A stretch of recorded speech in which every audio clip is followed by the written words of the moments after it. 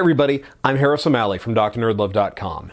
So, I listen to a lot of podcasts, especially dating advice podcasts, and if you're like me, and I know I am, that entails a lot of yelling back at the podcast like they can hear me. So, recently I'm catching up on my backlog of Dan Savage's Savage Lovecast. Incidentally, Dan, seriously, call me. Podcast crossover. Let's make this happen. And there's a call that comes in about someone who is very excited to be going to Hump, Dan Savage's touring amateur porn film festival, and this person is looking forward to being around all of these young, sexy, porn-watching, sex-positive people and wants to know what is the best way that he could go to some of these young, attractive, sex-positive, porn-watching people and let them know he's got a motel in the area and would they like to go check it out with him.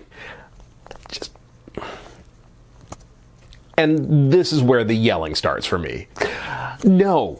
First of all, do not do that. Do not do that. Second of all, no, that is not what sex positive means. It does not mean that you are down to hooking up with anyone who just happens to show up. But it also highlights a very real and recurring issue, that people don't understand how flirting works or how to use it the right way. Flirting isn't like negging, where you're trying to use backhanded compliments and subtle insults to lower somebody's social value to below yours so that now they're going to crave your approval. And it's not about delivering compliment after compliment so that somebody thinks, oh my god, this person sees me in a way that nobody else does, they must be very special.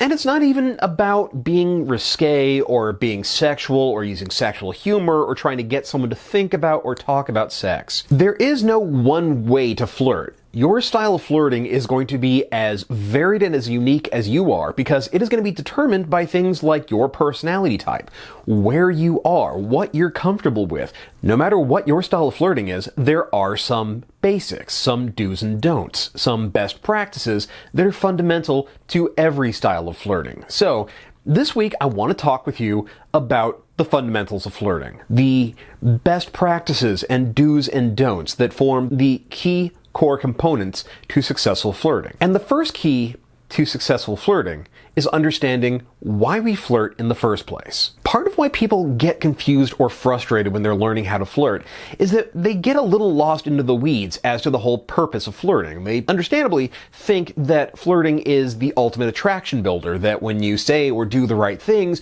people are going to be uncontrollably aroused and into you, and the clothes are going to fly off, and now the party's going to begin. And to be fair, they're not entirely wrong. But they're also not entirely right, either. Flirting is just a tool in your social toolbox.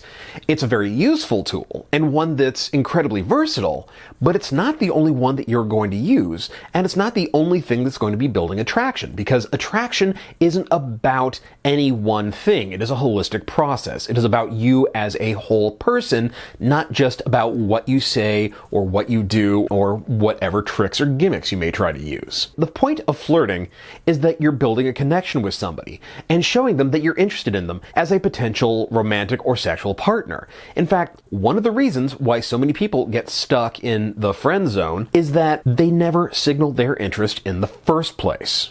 When you're flirting with someone, you're trying to build a rapport with them. Whether you're making them laugh, telling stories, being a little risque, or just asking the right questions, you're forging a connection with them and trying to get through that initial shield that we all put up when we meet someone new and get to know their true, authentic self. This, incidentally, is why negging is a bad idea overall. Not only is that whole social value, assortive mating stuff complete bullshit and no one actually does it, but it also ends up putting barriers between you and the person you're trying to connect with. You're making it harder for them to get to your true, authentic self rather than easier. Flirting ultimately is all about the connection and about answering the questions. Who are you? Why should I be interested in you? And why should you be interested in me? The second key component to successful flirting is understanding where and when and how to flirt. Like I said last time, understanding the social context of the situation is hugely important. It tells you what behaviors are expected and acceptable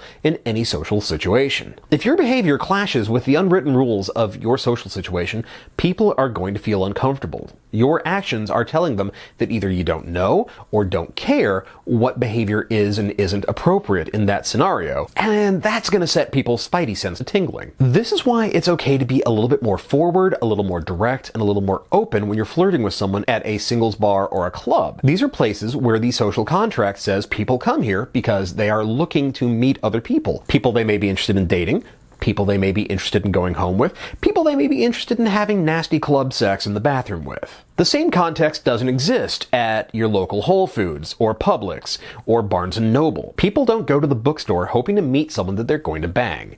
It could happen, but that's not the point of going to the bookstore, and so the rules are different. This is why trying to hook up with people at a film festival, to use a completely random example, is generally a bad idea. It doesn't matter whether it's at Fantastic Fest or South by Southwest, or at Hump for that matter, because amateur porn festival doesn't trump film festival. That's not why people go there. Can it still happen?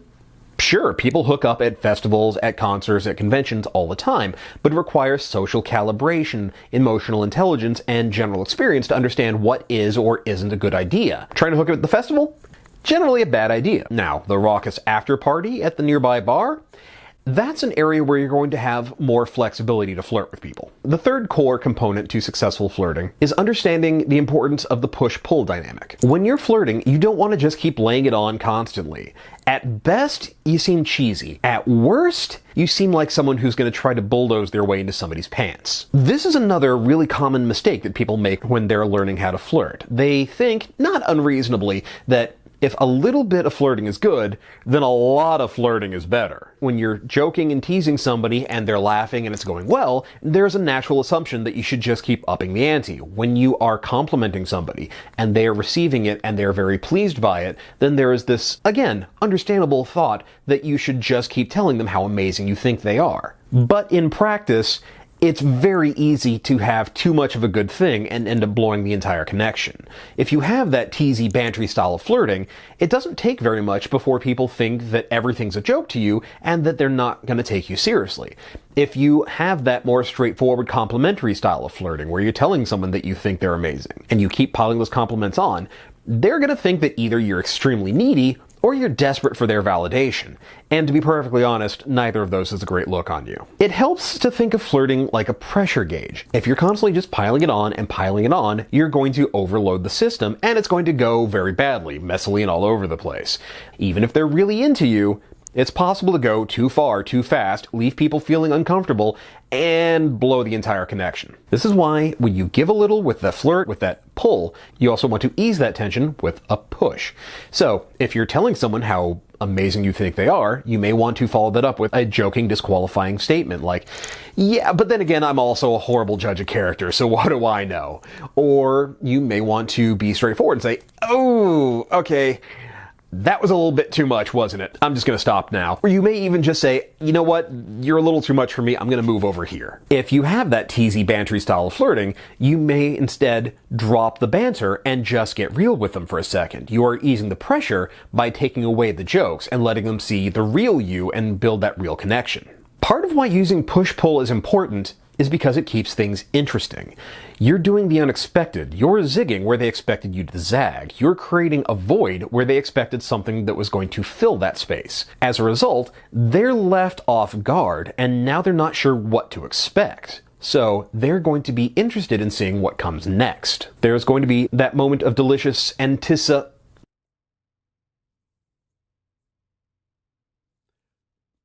that draws them in and keeps their focus on you. Just as importantly, using a push-pull dynamic keeps you from going too far to the extreme. Somebody who has a more sexual style of flirting can go to creepy very easily.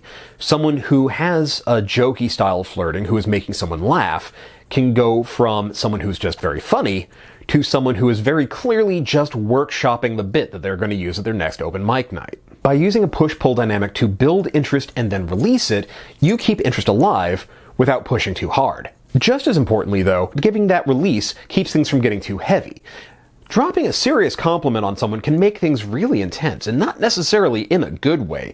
Using a release, using a push, takes some of the pressure out of the air, makes everybody feel a bit more relaxed. And also, because there's that sudden release, you're almost creating a sort of vacuum.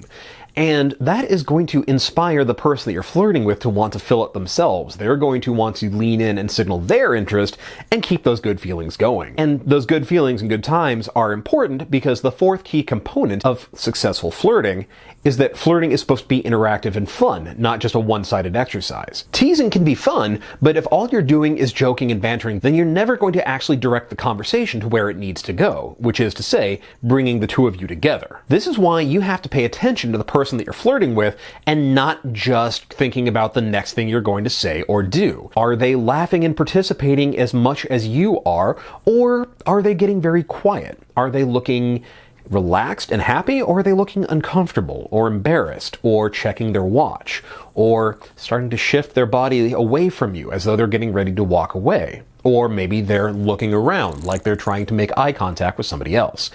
These are all signs that they're not that interested in you and that your flirting isn't going well. If this happens, the best thing to do is to just let the flirting go and just talk with them like a normal person. They're not that into you, that's okay, there will be other people who are. And then there will be times that you'll realize you've just completely misjudged things. They may not be interested, you may have said something wrong, or you may have done something wrong, and now they're feeling weird about it. This happens to everybody. Everybody makes mistakes, no matter how skilled they are, no matter how much game they have. But it happens the most when you're first learning. Why? Because you still haven't gotten the experience under your belt yet, and that's okay. Mistakes happen, but the thing to remember is that you can recover from them. And the best way to recover from a mistake is an apology. Don't make a big production out of it. Keep it short, simple, and sincere. Hey, I'm sorry, that came out wrong. That sounded really different in my head. Hey, sorry, I thought I caught a vibe there. I guess I was wrong. Above everything else, remember, flirting is supposed to be about the two of you having fun. If both of you aren't enjoying it, both of you aren't having a good time, you're doing it wrong. But if you can be the person who makes them laugh, the person who makes them feel good in your presence, the person that they enjoy spending time with because you are that fun, flirty guy, you're going to be the guy that they are going to want to go home with. Hey everyone, thanks for checking out the latest video. Do you have a crazy story about the best or worst time you ever flirted with someone, or the best or worst way that someone ever flirted with you? Be sure to share them in the comments below, because I want to hear about it. If you've been enjoying the video, then be sure to hit like and subscribe to make sure that you get more from me each week about love, sex, dating, even just being a better man. If you're really digging things, consider becoming a patron at patreon.com/DrNerdLove. Even $1 a month is a huge help. Otherwise, books, I have them. You want to check them out. Link is down below. They're available in print or in ebook format. Meanwhile, follow me on Twitter at DrNerdLove, join the Facebook group at facebook.com/DrNerdLove, and I will be back with you next week with more about love, sex, and dating. Later.